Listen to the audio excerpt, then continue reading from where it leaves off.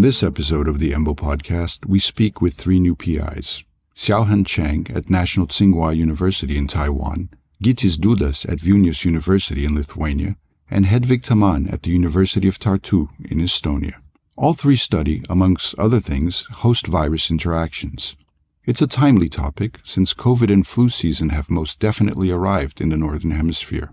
Their work ranges from the population genetics of vertebrate hosts and their pathogens, to the biology of spillover events, to the tiny arms races between bacteria and phage. Welcome to the EMBO podcast. Hsiao-Han Chang started her lab at Taiwan's National Tsinghua University in 2019. Her group investigates how pathogens evolve, emerge, and spread through populations using genomics and mathematical modeling. Chang did her master's thesis on Drosophila population genetics at National Tsinghua University. It was then that she met her future supervisor, Daniel Hartle, from Harvard's Organismal and Evolutionary Biology department.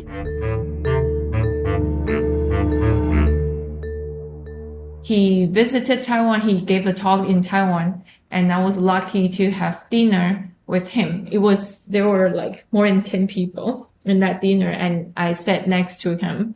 And my advisor told him that I was applying for a graduate school.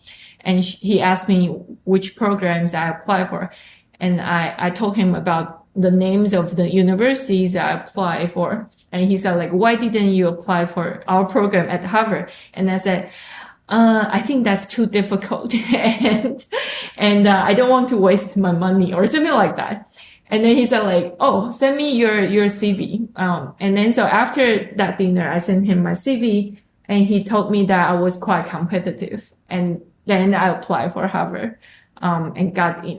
I mean, it's a lab with very broad interest in evolutionary biology and population genetics, but you specifically went into pathogen genetics, population genetics, and a lot on malaria. So how did you get involved in that topic?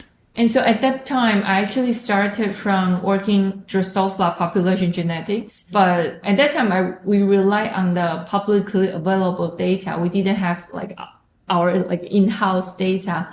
And one day, Dan came to me and said, we have tons of malaria parasites data. Do you want to give it a try?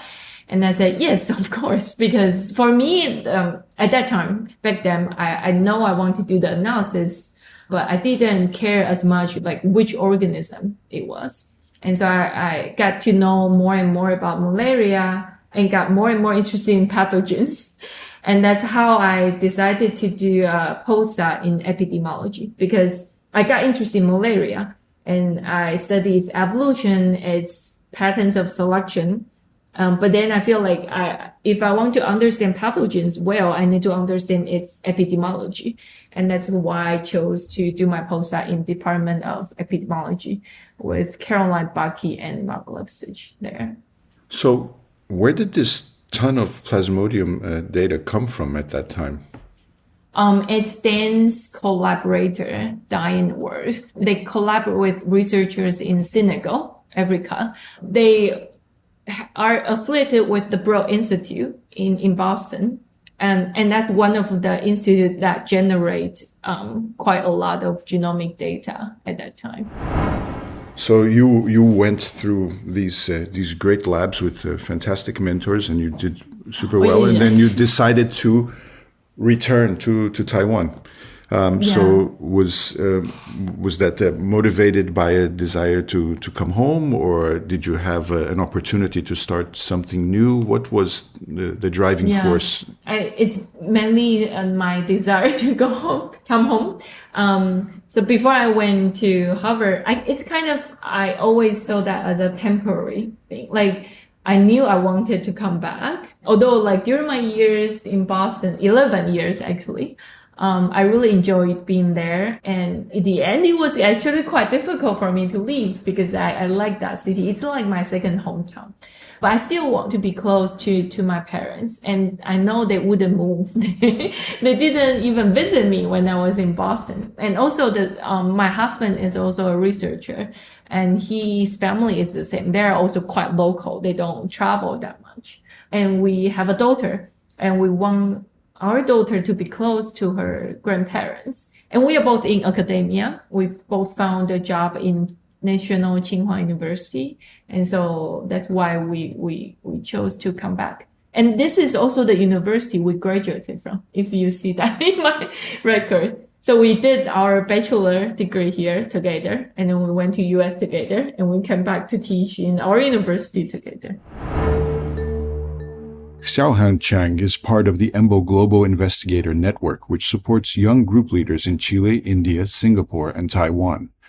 Global Investigator Network researchers receive financial support for 4 years for training and networking activities. I really appreciate the support from the EMBO Global Investigator Network. Especially this grant can be used to pay for some expenses that are not covered by the typical grants in Taiwan. And we just spend the money to go to a lab retreat. And this was really helpful. Like it helped kind of connect people in the group together, which is really important for a successful research group. And the other thing is I use the childcare support. So I was able to bring my daughter when I visited my collaborator in University of Cambridge. And because my daughter, she really doesn't want me to travel without her. Like she doesn't want me to do any like business travel without her. So having this support is really important because otherwise I might just give up some like important opportunities for my career development. So I really appreciate EMBO's support. In 2019, Hsiao-Han left Harvard's T.H. Chan School of Public Health to start her own lab at National Tsinghua University in Taiwan. Her work on the modeling of how pathogens evolve, emerge, and spread through human populations would soon be more pertinent than ever. For COVID-19, I mainly constructed mathematical models and tried to study how different kind of intervention strategies would help control the disease in Taiwan. And I used what I learned from malaria, like we constructed meta-population model and combined the model with human mobility network to infer the spread of the disease. But that's what I did, like mainly more like for policy making and try to model the impact of different control strategies.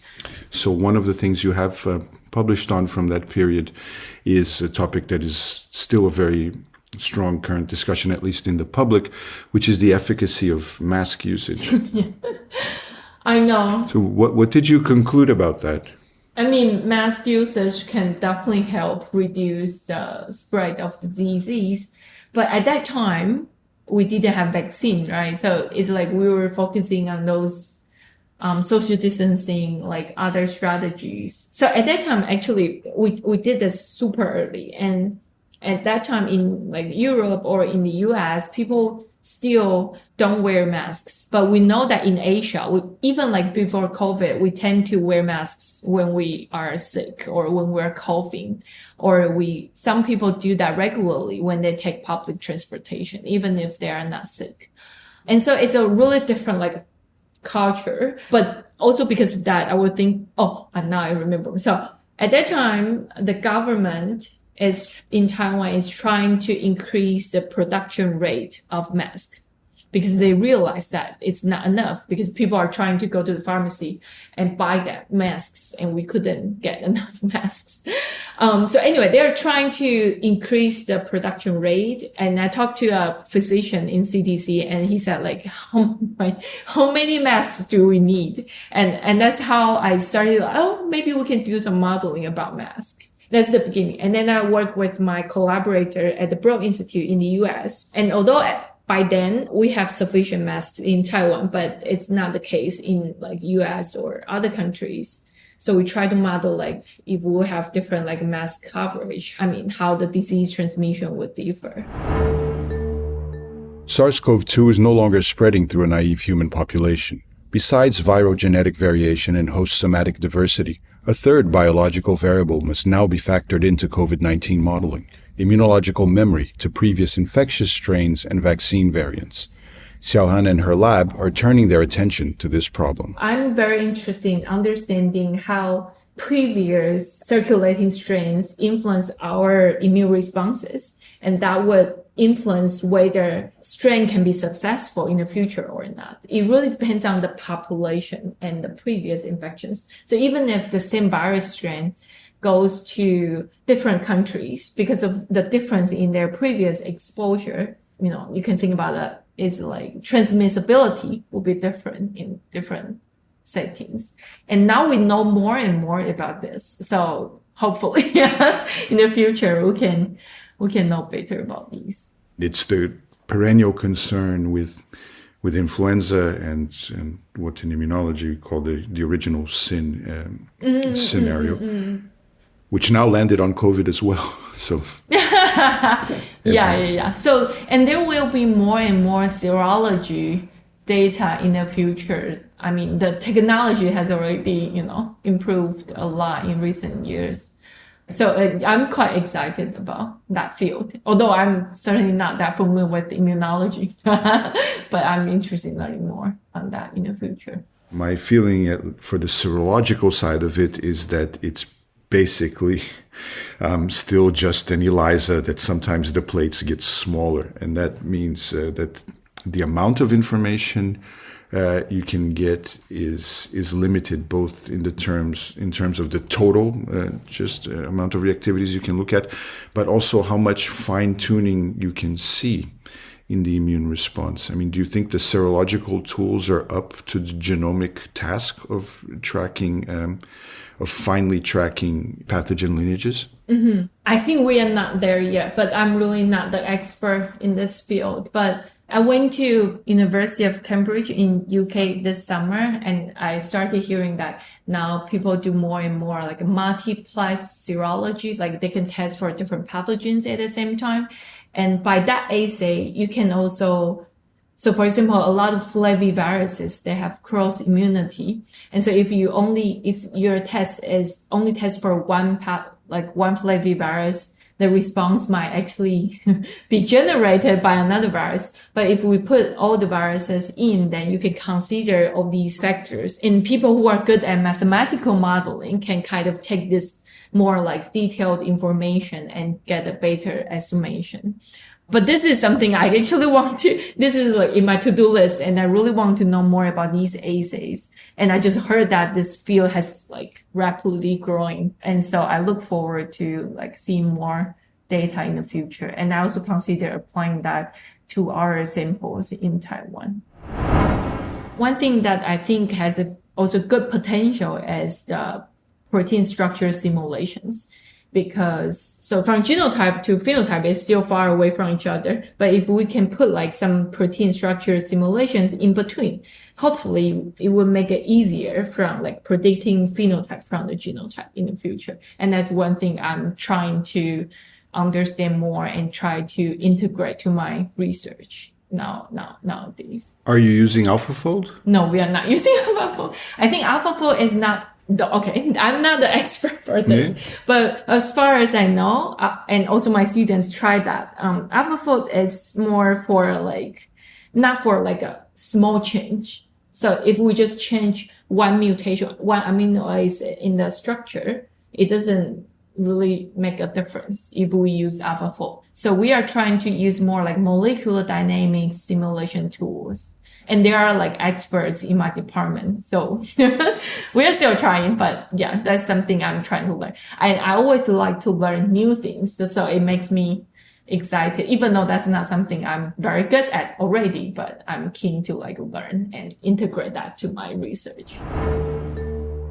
When the COVID-19 pandemic began, Gytis Dudas already had extensive experience tracking viral spread in real-world outbreaks.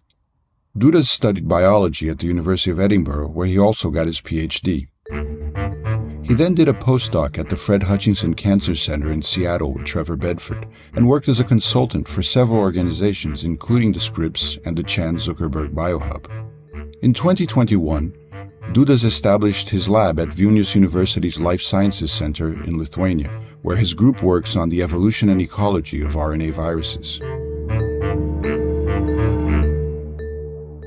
You were in an interesting position of helping to coordinate the local response during the pandemic, right? So you were a basic researcher, background in biology, and suddenly now you're doing biology under fire. What was that like? So that wasn't my first contact with that sort of infectious disease control. Essentially, my former field, so genomic epidemiology, where we use viral sequences to essentially reconstruct the history of a given infectious disease outbreak, that entire field was born in a single office at the University of Oxford, 30, 40 years ago. And so since then, from this largely academic exercise, has been slowly diffusing out into the public sphere. So these sorts of approaches started getting applied essentially at scale during my PhD. So a lot of my PhD work was on the Ebola virus epidemic in West Africa in 2013 and 2016, where finally we were at a stage where sequencing was sufficiently cheap, where you could use viral genomes to understand the outbreak as it was going on. And it was even used in later stages of the epidemic to actually track individual transmission chains, because the virus population had collapsed. All of the surviving lineages were extremely distinct, and the WHO was basically using sequencing to confirm whether a given new case that cropped up in a new location belonged to a known transmission chain or one that sort of slipped under the radar. So in that sense, coordinating the response in Lithuania, and again, it's not strictly coordinating the response per se, it's coordinating the surveillance efforts. And I would say that that's been hugely successful. So not only did we discover an entirely new lineage, even though many richer states in Western Europe were first to sequence it, but we actually detected it, understood what it was, and were able to coordinate a huge effort together with African scientists to basically describe how this lineage likely originated somewhere in Central Africa and then spread to Lithuania via largely Francophone European countries. And then another project coming out of the surveillance efforts that's still ongoing so Lithuania is one of the, I think, top 5 mink fur producers in Europe. And obviously when the pandemic happened, we sort of knew always that any mustelid, ferrets and related animals, are quite susceptible to human respiratory pathogens.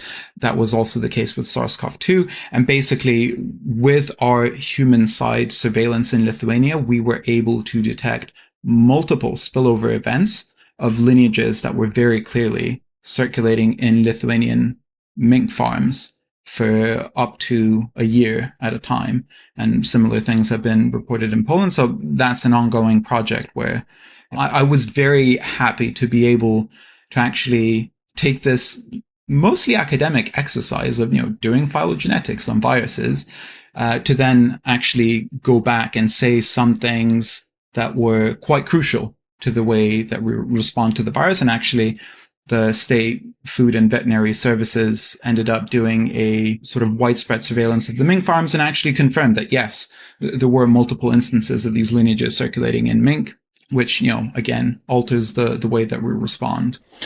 And between your work with Ebola virus and now, so between, for example, 2015, 2014, has there been a big change technologically in what you're able to do in terms of surveillance? Yes, I would say that, around 2014, I guess the largest change has been the development of tiled amplicon sequencing. So whenever we have an outbreak of a virus or actually a bacterium, just about anything, there's usually quite low genetic diversity, which means that you can design primers to tile the entire genome of the pathogen, and that reduces the costs of sequencing by a lot. The alternatives being sort of target capture based approaches, which actually end up being quite expensive. So the fact that surveillance ended up becoming so cheap, I think, was the ultimate deciding factor. So just as a comparison, when I was doing the Ebola work, there we were extremely happy to have about 1,600 complete Ebola virus genomes across the three most affected countries, so Sierra Leone, Guinea, Liberia, which represented about 5% of the cases. For SARS-CoV-2, last I checked, we have over 15 million complete viral genomes from all over the world.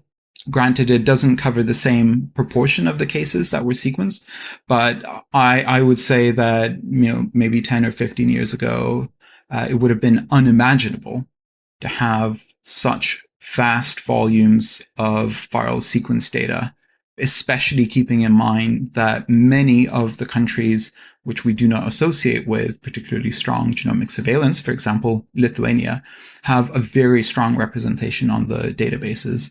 So I would say that essentially the reducing costs of sequencing have led to this deluge of data that now on the methodological side, we're starting to struggle of what to do with this amount of data. One disappointing aspect here, at least in Portugal, and I know speaking to colleagues in other countries, was that although we were able to respond quite quickly in terms of academic labs collaborating with public health authorities and with hospitals and setting up a surveillance or simply diagnostic capacity, there was a sense here that for example, when the monkeypox threat surfaced, that it was back to square one, not scientifically, not technically, but in terms of the regulatory aspects, the interactions, being able to quickly just help hospital labs set up a PCR diagnostic, for example. In Lithuania, is it the case that things have reset at a different level? Would you say that we've learned something in terms of the way science and policy interact with the pandemic in Lithuania? That is a very, very good question that would probably actually require, several episodes to truly disentangle. Yes, I think there's always an issue of whenever there's a public health threat that emerges, particularly of the scale of the pandemic. One of the issues is that everything has to be done from scratch, right? Scientists have been warning people about pandemics for decades. Many Asian countries were much better prepared because they already faced, the first SARS coronavirus. But on the whole, the sort of institutional memory is incredibly short. So whenever a threat arises, we sort of deal with it with essentially duct tape frequently. And then after it's done, I've certainly not heard of any sort of review process happening internally in the Lithuanian government to sort of discuss, that this pandemic isn't the last one. There will be future threats. What have we done right? What could have been done better? So those sorts of things don't exist. What is happening overall, and I would say across the entire world, is as sequencing continues to become cheaper, there's now at least fairly good sequencing infrastructure available in most countries. And if it isn't, let's say, Illumina machines that are pretty good for viruses, then at least many places can afford an Oxford Nanopore Technologies MinION. So the footprint is kind of low. So I think from that perspective, from having surveillance just about everywhere at an affordable cost already helps us a whole lot just to identify threats early. And then hopefully with enough of a memory of, what damage the pandemic has done versus perhaps considering a countrywide shutdown if a new threat emerges and comparing those costs. I would hope that we are substantially better prepared for the next pandemic, but I'm sure there will be the same mistakes happening. To come back to the science, so you were mentioning surveillance of ongoing threats and our increasing capability to sequence and analyze the information, but focus of your work is more forward-looking, which is to predict new zoonotic risks, right? So what is the handle you have on what is an immense problem of an open-ended universe of potential pathogens? Yeah, so for that, I like to refer to WHO's 2018 document on which diseases are insufficiently researched. And next to a number of fairly familiar pathogens, there's also something that's called Disease X.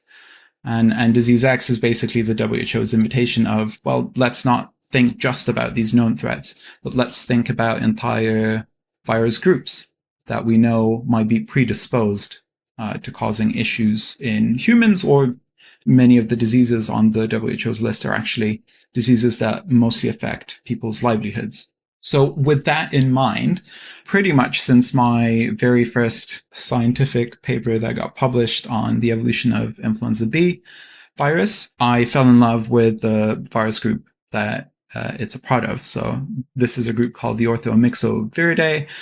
So influenza is part of it. There's, if you farm salmon, there's infectious salmon anemia that might be familiar to you. And recent metagenomic surveys have clearly painted this picture that, yes, there's a lot of viruses that are related to influenza, that are related to infectious salmon anemia. But there's also a much, much greater diversity of these viruses that are found in arthropods. And in fact, some of these have been detected early on because they were discovered to be infecting vertebrates. So a lot of them infect seabirds. I guess the most recent example would be bourbon virus, which I think caused the death in the US a couple of years ago. And so very clearly, this group contains members that are able to cause disease in vertebrates to some extent. And so my current goal is to better understand what is the distribution of risk posed by these Orthomyxoviridae viruses that are found on the arthropod side and what's associated with it. And one of the more obvious targets for investigation would be the surface proteins. So viral surface proteins have a whole variety of functions, but usually they, at the very least, attach to the host receptor of the cell. So that ends up determining what hosts it's able to infect, and usually which tissues. So basically it's host and tissue tropism. And then there's some additional functions like escaping from the endosomes, etc. So basically, if we can survey what's the ability of these metagenomically discovered orthomyxoviruses in arthropods, what's their ability to enter vertebrate cells, at least we then have some idea of what the risks may be. It's by no means sort of predicting the next pandemic, but it is adding to our understanding of what are the things associated with increased risk to enter vertebrate populations. Is this something where you see that AI might come to play a big role in? Yes, in many ways. Firstly, there's been recent advances, obviously with AlphaFold, but there is a team of my colleagues who developed a machine learning method to detect novel RNA-dependent RNA polymerases in metagenomic data. And no surprise, they discover essentially entirely new families, if not orders, of viruses that have slipped under our radar because the vast majority of discoveries that we do are based on primary sequence similarity. So usually take a sequence and then that you found in a mosquito, for example, and then you compare it to a database, and that similarity is essentially the limit of your ability to say what that sequence is. There's a couple of ways to extend that, and machine learning is one of the ways in which those sort of similarities can be generalized. And so machine learning can definitely help us there, essentially fishing stuff out of what we call the viral dark matter. And then the other obvious thing is AlphaFold and just being able to fold protein structures using just the individual sequences. It's not perfect at this point by any means, especially since some of the surface proteins that I'm focusing on right now, called GP64, that are used by this one specific clade of orthomyxoviruses, seem to be ridiculously diverged. So they're kind of closely related in their RNA-dependent RNA polymerase. For whatever reason, their surface proteins are ridiculously diverged and barely recognizable as such, especially by primary sequence similarity. So AlphaFold here still kind of fails because it needs close relatives of the sequence that you're interested in folding to be able to fold it correctly, because it uses some coevolutionary signals. So yeah, AlphaFold definitely has the potential to change things, but the reliance on homologous sequences is, for the time being, sort of an Achilles heel when it comes to my research. my suspicion, based on essentially running genomic epidemiology analyses like the ones you see done on SARS coronavirus 2, seem to indicate that there's this one particular orthomyxovirus that's so far been discovered in mosquitoes only.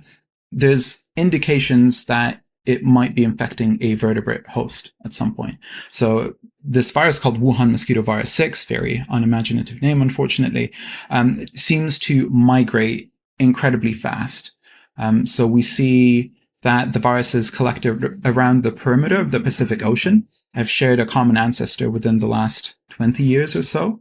And then even viruses that eventually are found in Australia and California have been in contact within the last 8 years or so. And mosquitoes are not thought to travel very far. They can be moved around by other means, but then we also see what look like diversifying selection focused uniquely on the surface protein GP64, which again, insects don't really have immune systems that can operate on the same timescales as virus evolution. And the only system that we are aware of that can do that is our very own antibody-based adaptive immune response that can essentially generate a response to just about any protein in a matter of 2 weeks. And so we suspect that this virus is able to infect vertebrates. And by checking whether this GP64 of Wuhan mosquito virus 6 can enter vertebrate cells, we're hoping to get confirmation that yes, it can. And that therefore, if we go out and start catching, we suspect the vertebrate host is birds, if we start catching a bunch of birds, that we'll at least be sure that the virus can infect them, rather than sort of starting these wide seroprevalence studies based on this sort of genomic epi hunch. I want to do a quick jump here, because looking at the things you're interested in, it stands out that there's just one really DNA virus in the bunch, which one that I'm not familiar with. So could you tell us a bit of why anelloviruses are interesting to you? Yeah. So anelloviruses are kind of interesting, but only in terms of how much of a pain they are to work with.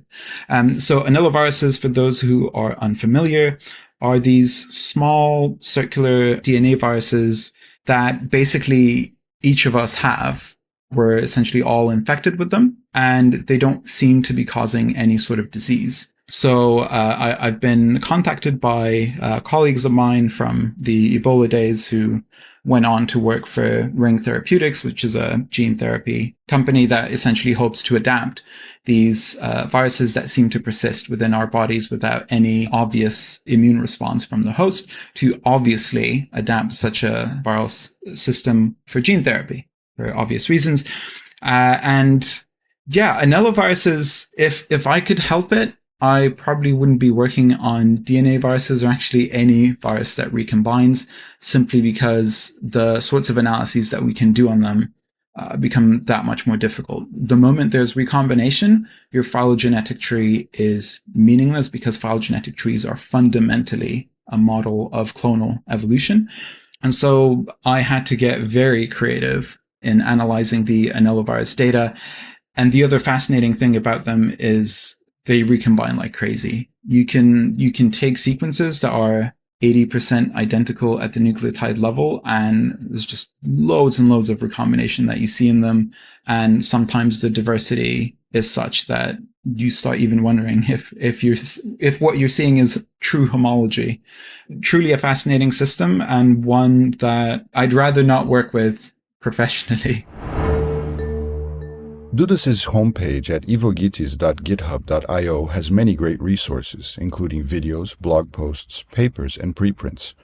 But if I'm being totally honest, what immediately jumps out is this line on his CV page. Quote, "One of my proudest achievements in Edinburgh has been the discovery of Die Hard Dracula." Could you tell us a bit about Die Hard Dracula?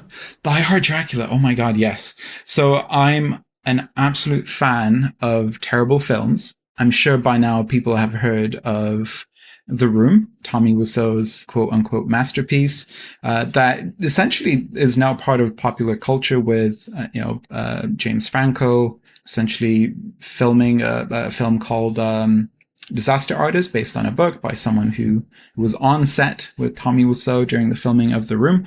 And that sort of template for what a terrible film is, where a single person takes on numerous roles, director, producer, main star, etc., with a lot of hopes and a lot of dreams, hoping for it to become, well, in the case of The Room, literally the next talented Mr. Ripley. And for it to flop so bad, it's truly a masterpiece of how to do things terribly.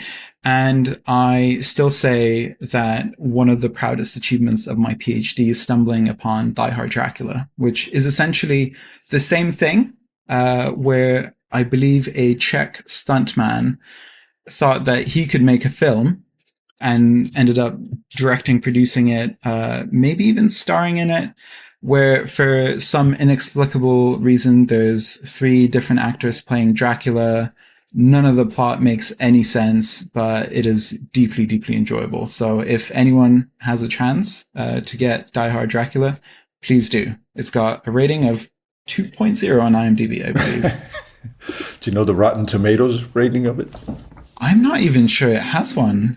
It's very obscure. Let us now adjust the host scale by several orders of magnitude until we are in the realm of the gram-negative Pseudomonas. Hedvig Tamman studied biology at the University of Tartu, Estonia, where she also did her PhD. She then moved to Brussels for a postdoc at Université Libre de Bruxelles. Tamman recently returned to the University of Tartu to start her own lab. This year, she received an ERC grant to study molecular arms races between phage and bacteria. Tamman has for many years investigated bacterial toxin-antitoxin systems, but not the textbook cases where they promote plasmid maintenance in a microbial version of the Mexican standoff. These toxin-antitoxin systems are chromosomal. On plasmids, it's very clear what they need to do, really. They maintain the plasmid. If the entity is lost, antitoxin is degraded, toxin is there, kills the cell or doesn't let it grow, so it's outcompeted from the population. For the chromosomal one, it's much more difficult to understand what's it for, because you can't lose a chromosome for one. So basically, there are several possibilities why these toxin-antitoxin systems actually are maintained in the chromosome. And there are several in one chromosome. There are 15 in the bacterium that I work with, Pseudomonas putida. And there have been several ideas. And one of them is then this phage defense. And as we are now working on these 13, 15 toxin-antitoxin systems in Pseudomonas putida chromosome, we don't really know what they do because we've tested all kind of other stuff. So now we decided to also look for whether or not they defend against the attack from bacterial viruses. In past, during my PhD, we still had an mRNase toxin. It had a weird side effect, a bit of a thing we couldn't pinpoint down why is it there, was that it really created this ribosome biogenesis defect. And we still don't actually know why the ribosome biogenesis defect, but we've moved on from that now just to see whether or not these toxin-antitoxin systems in general are important for the bacterium, or they're just like selfish entities because they have this kind of innate ability to keep themselves where they are because of the toxicity. But yes, there are some toxins that are mRNases, some that target gyrases, DNA gyrases. There are some that basically it's very often still this protein production shutdown or inhibition that they do, but the mechanisms can be different.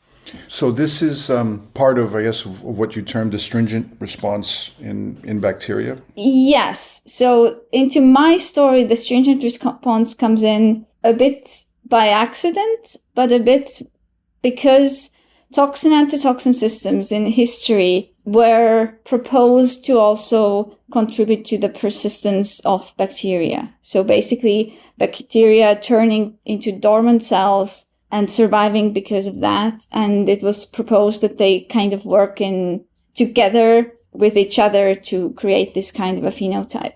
It has been now revisited, and it does not seem to be the case for the toxin-antitoxin systems.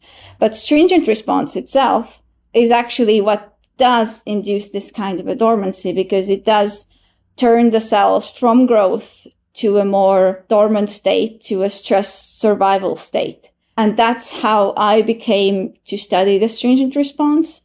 And so, yes, my topic right now is to see, I also included the phages, so to see how toxin-antitoxin systems are involved with phages, how the stringent response is involved with phages. I don't consider the toxin-antitoxin systems and the stringent response to be involved with each other that strongly. It's just two sides of the research that I'm into right now. If we come back to the phage issue in this, so I realize it's the beginning of the project in this in many ways, but what is your model for how the stringent response would affect phage infection? So it's quite easy to think that if a stringent response is activated and protein production is turned down, then it's bacteria produce less phages. It's also interesting to think because in nature or in the environment, bacteria are usually in a stressed state. They're not fast growing or anything like that. So they probably have the stringent response might be activated. So the phages that actually in the nature, in like natural conditions, can infect bacteria have to somehow overcome this issue.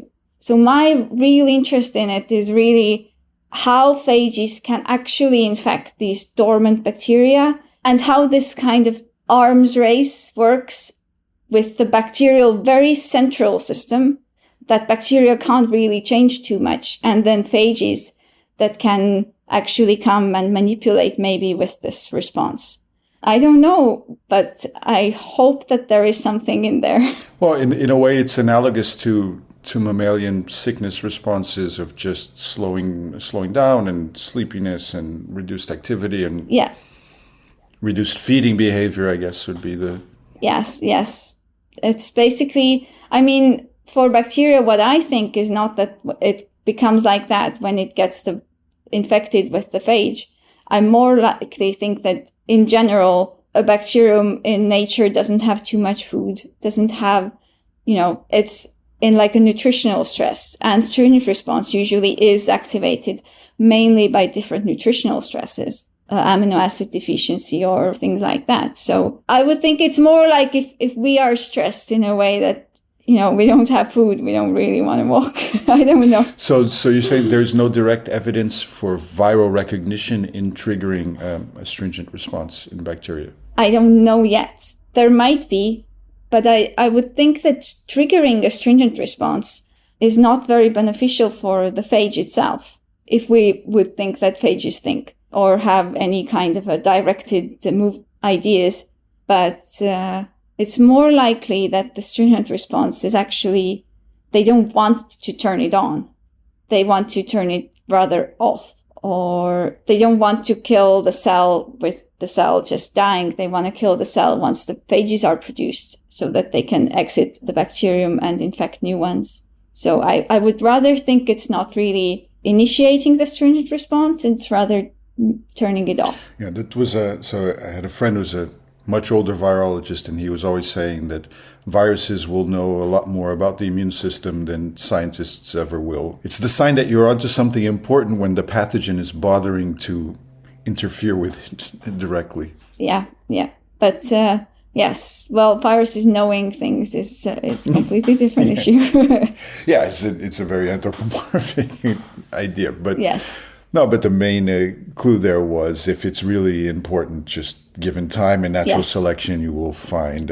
Exactly. That's what I'm trying to do, is really look from the phage how to get over this kind of a stress response. Because although the bacteria I work with, it's Pseudomonas putida, it's an environmental bacterium, more likely to be used in bioremediation or biotechnology productions.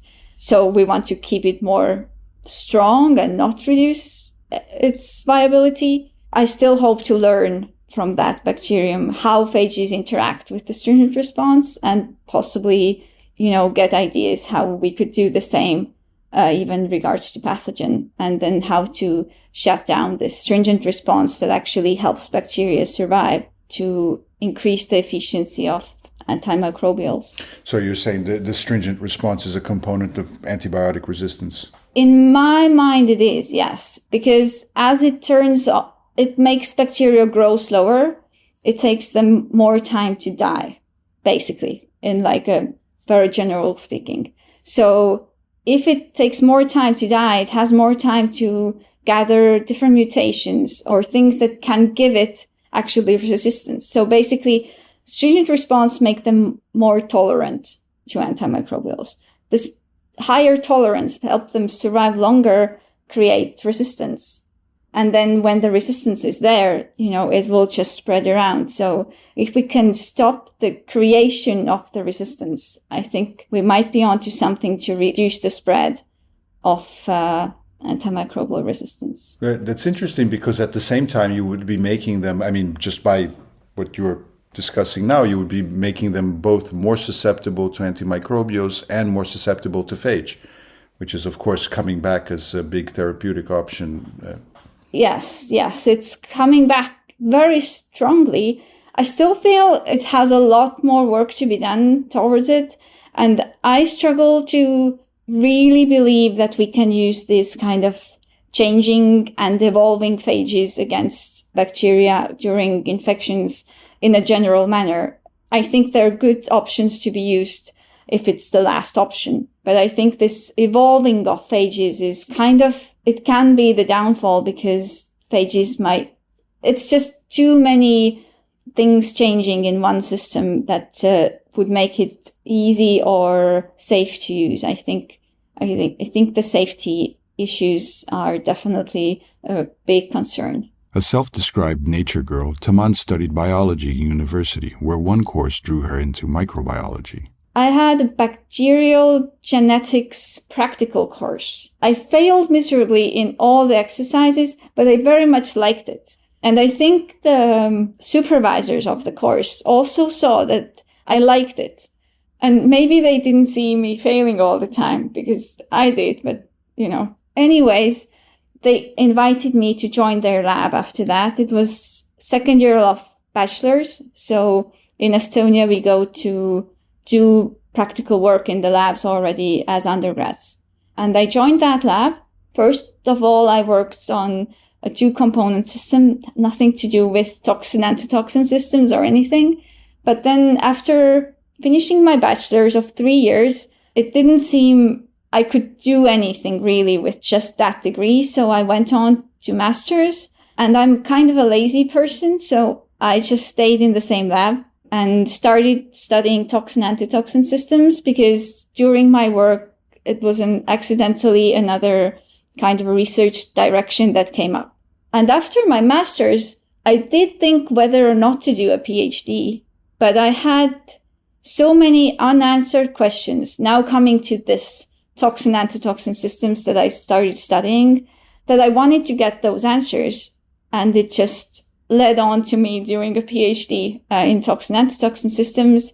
I had a collaboration in Belgium where I met my future postdoc PI. So it's kind of all connected in a very logical and accidental kind of a way at the same time.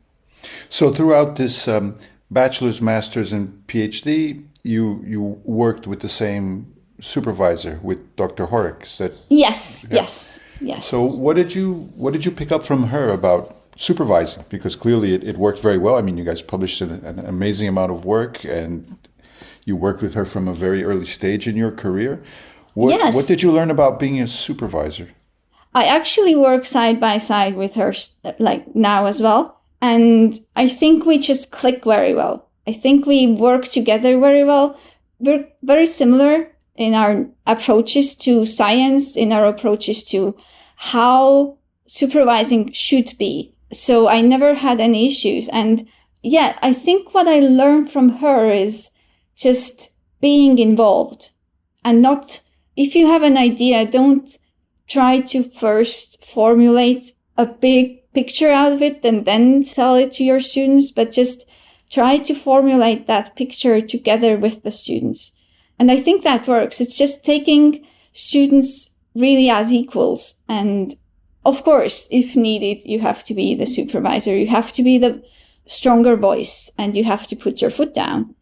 But in an everyday life, when you really work every day, every single day together, and you see each other every day, it's just about the communication and sharing your ideas and your thoughts and picking up the ideas and the thoughts of the other people. So I would imagine that my supervising does not suit everyone, because I always try to, like, even from the undergrad state, I try to give options to the student on what they should do or want to do. And sometimes I think at that stage, students might apply or take better just like, you should do this, and then the reason. But anyways, I had 2 undergrads last year, and now they both continued with me with their masters, so I did something right. After her PhD in Tartu, Tamman moved to Brussels for a postdoc. As she told me, quote, "I went for 2 years. I stayed for 5 years." When you were doing your postdoc in Brussels, was it always your intention to come home, to return to Estonia? Yes and no. When I went, it was very much my intention. I always thought, I have no reason I need to stay for too long. I just go there, do my postdoc that I'm basically required to do. Because here, as we have such a narrow research field, basically everyone is expected to do a foreign postdoc if they want to do any kind of a research in Estonia. And I think in the very end of my postdoc, I started considering not coming back. I had decided to leave my postdoc lab because I'd been there for 5 years. I think it's enough. I mean, I want to say it's not too much, but I think it's exactly enough to, this sounds very selfish, to get everything I need from there. So basically, I felt I was in a position where I could do something on my own. In practical terms, for you to start a lab, it's been a great time because you had the EMBO installation grant and now the ERC. Congratulations. So thank you. You must have at least some tranquility to focus on the science for a while. Yes. In all honesty, we are writing a consortium grant right now. So it's the end day. So it's very hectic right now. So I can't say that I'm right now very calm and peaceful. But yes, just to start, I came back with an Estonian returning researcher grant, which basically is, it paid my salary and it allowed me to start something. And then I got the EMBO installation grant that really helps to not just to set up the lab and the funds for that, but it gives so much possibilities for networking.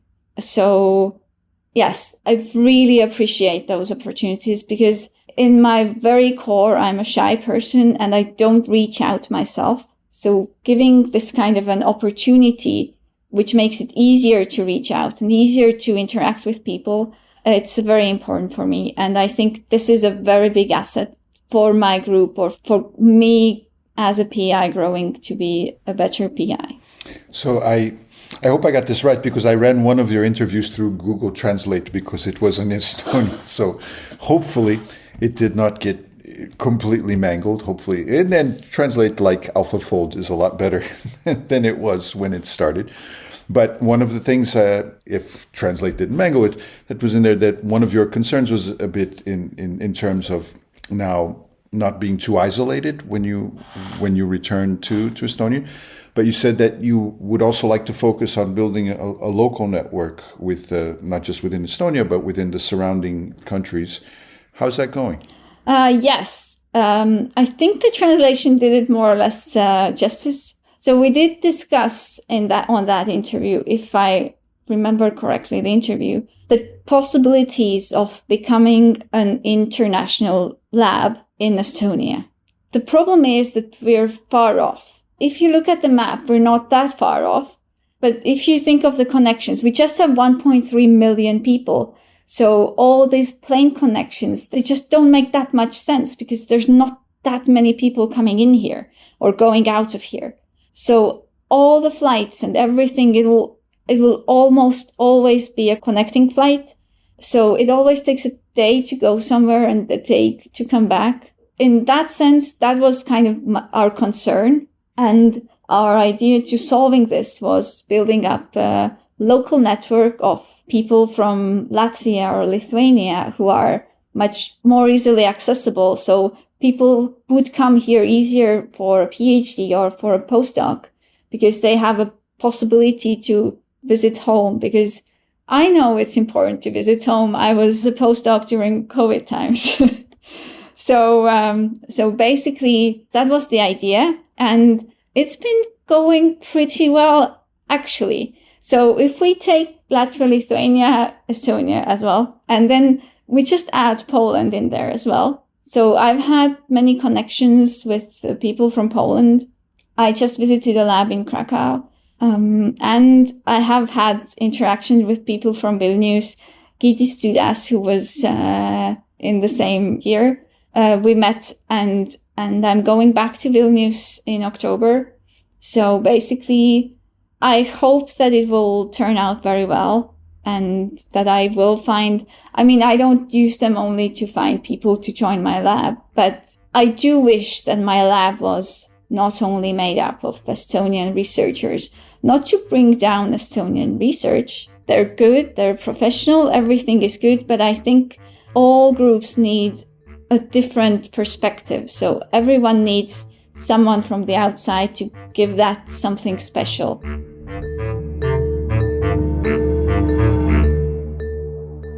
Lithuania and Estonia are part of EMBO's Increasing Participation Initiative, a funding and support scheme for life scientists at all career stages in 11 countries. It includes support for applications to EMBO programs, publication at EMBO press journals, attendance at EMBO events, and more. To learn about the benefits, eligibility, and application processes for EMBO's installation grants, Global Investigator Network, and the Increasing Participation Initiative, visit embo.org. Thank you for listening to the EMBO podcast.